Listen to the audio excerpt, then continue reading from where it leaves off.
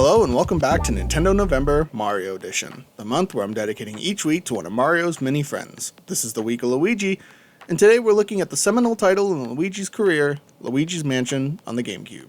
Let's get started.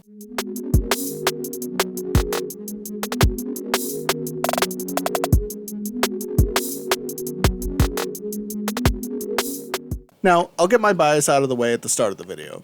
I would consider this one of my favorite games of all time. I grew up with games around with a PS2 and N64, but it wasn't until 2019 that I rediscovered how much I loved games and gaming, and one of the very first, if not the first, that I completed after giving this gaming thing another try was Luigi's Mansion. So needless to say, this game holds a special place in my heart. One of my favorite things about this game is the graphics and storyline. The GameCube era was Nintendo at its peak in my opinion, because it's games like this that Nintendo would never try to do again. Even the sequels to this game are watered down compared to how surreal, dark, and intimidating this mansion can be. There's just so much detail here that makes the mansion look lived in, and then further abandoned. The mood is actually dark and scary, which adds the extra layer when the bright and colorful Mario characters are put on top of it. That first moment when you crawl down the well and see that Mario is in the painting is such an amazing tone setter to the rest of the game. I'm convinced this controller was made for this game. Everything about this feels so intuitive. I love it when you get the direction of the C-stick just right and watch the ghost's health bar drain faster and faster as you chase it around the room. It's just so satisfying.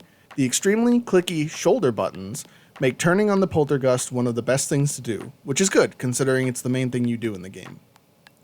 This is somewhat related to the graphics, but big enough to mention as its own factor. The animations here for Luigi are so good. You can see the terror in his face and walk cycle, and I love how they managed to figure out how to make him move fast enough while also managing to put so much hesitation in his walk. You can see everything about his mood without having to speak a word, and there's an art in that.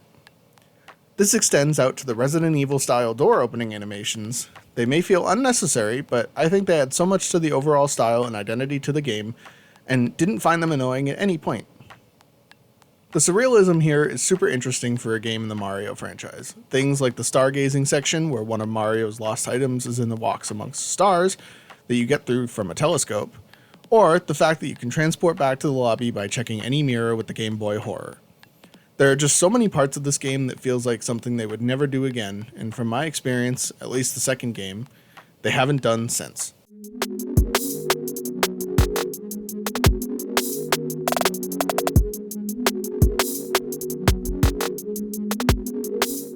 I know at the time of this game's release, it got a lot of flack for not being a Mario launch title, but I can't begin to describe what a special place in my heart that this game holds, and coming back for this video to play it a third time just keeps reminding me of that fact. I wish Nintendo would go back to their more experimental and daring era of game making, because they really created some gems when they did. This will be one of those games I'm always down to go back to. Have you played the original Luigi's Mansion? Let me know in the comments below, and don't forget to subscribe while you're down there. Thanks for watching, and I'll see you tomorrow.